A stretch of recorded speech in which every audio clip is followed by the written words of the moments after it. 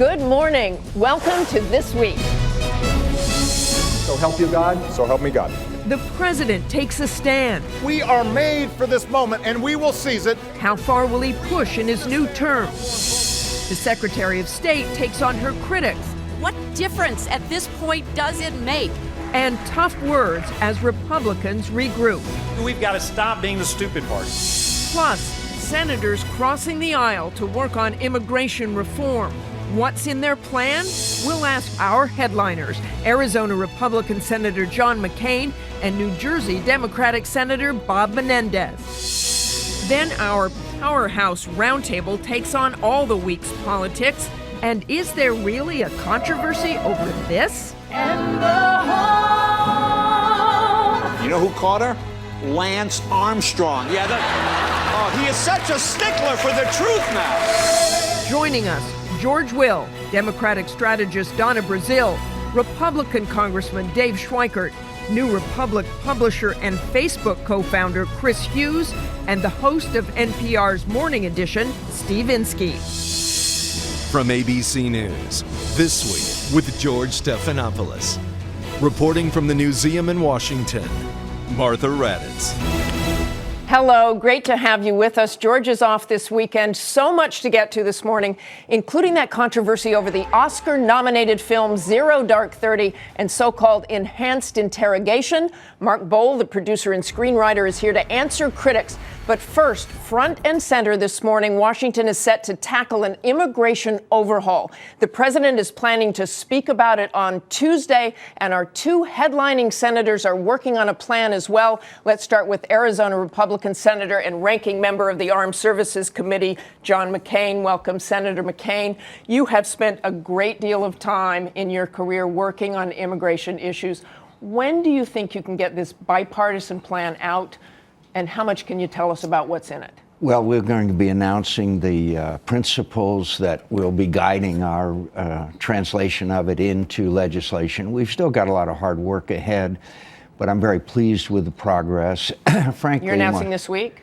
Yeah, we'll be Senator Menendez and I, and Senator Schumer, Senator Graham, Senator Durbin, and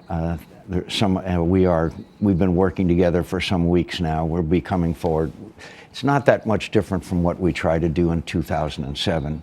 Martha, what's changed is that there is a new, I think, appreciation on both sides of the aisle, including, maybe more importantly, on the Republican side of the aisle, that we have to enact a comprehensive immigration reform bill. So this is comprehensive. It's not piecemeal. Yeah, this piecemeal stuff, the way the Senate works, very briefly, is that if you bring up one section of it, somebody has an amendment that brings up another part. We've seen a lot of that lately. We've definitely seen a lot of that lately. But what about a path to citizenship? That has to be also part of it.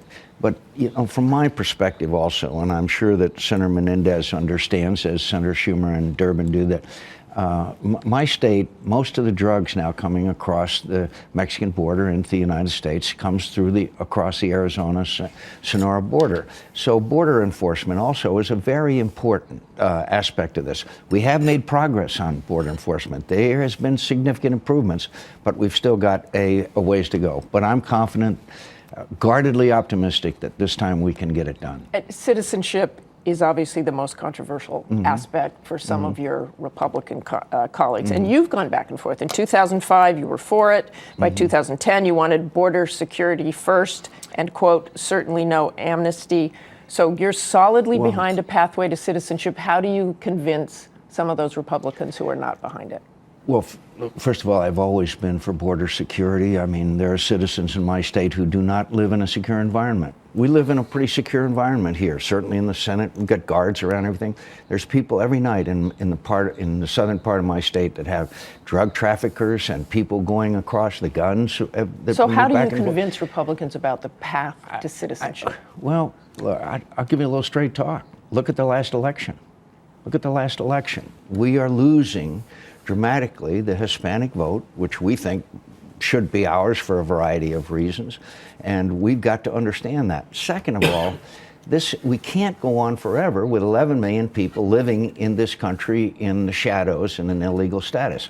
We cannot forever have children who were born here, who were brought here by their parents when they were small children, to live in the shadows as well. So I think the time is right. By the way, we just acted to avert a nuclear option in the Senate.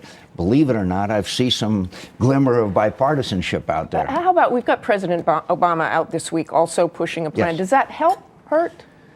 I think it helps. I think it's important that we all work together on this. I think it can be helpful, and I look forward to us sitting down. I'm sure we will, the group of us who are working on this legislation with the President and the White House and our colleagues on the other side of the Capitol. I want to move to Benghazi. Obviously, the hearings this week, some very contentious part of those hearings.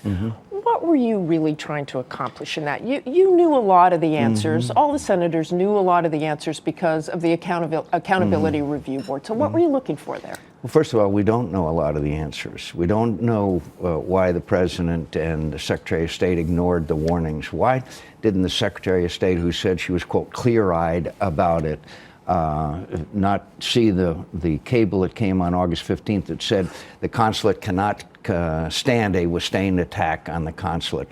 Why wasn't Department of Defense assets there in 7 hours?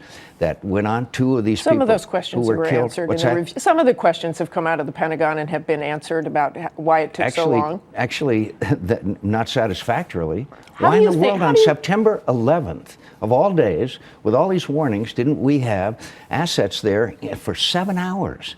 There's so many questions that So are this unanswered. is not What over did the in your mind at all? What Not did over. the President do during this period of time? There's 2 movies been made about getting bin Laden with every tick-tock of every minute. We still don't know what the President was doing. But more importantly, Martha, more importantly than that, very quickly, is what's happening all over North Africa. What's happening in the Middle East? Things are deteriorating in a rapid fashion, and it's because of a lack of American leadership. Deteriorating certainly in North Africa. A lot of presence of Al Qaeda. Let's Iraq, also Syria, talk about. Let's go yeah. to Syria. Let's talk about Syria. I actually spoke to Secretary of Defense Leon Panetta last week about Syria, and he had some pretty alarming things to say. He basically said those shells that the U.S. knew they were loading, artillery shells, are still sitting there loaded with chemical weapons. Take a listen to this.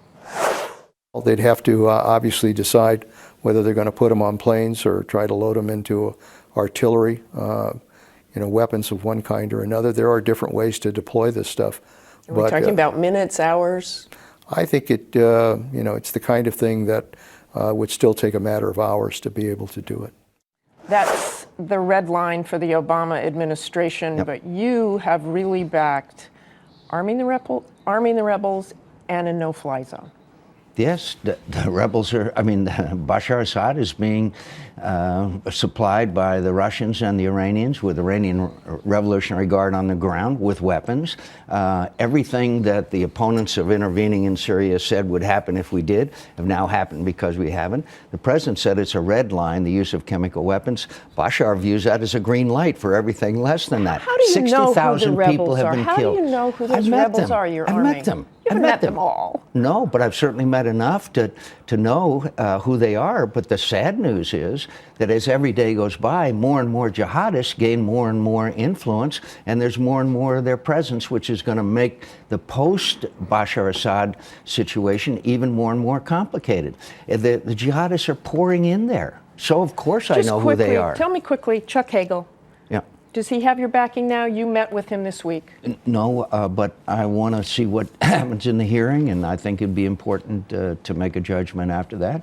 Are I'm you very closer concerned. than you were before? You had specific concerns. Did he answer those concerns? Not really. We had a good conversation. We've been friends for many years. So we'll see what happens in the hearings here. Big news this week on lifting the ban for women in combat. Mm-hmm.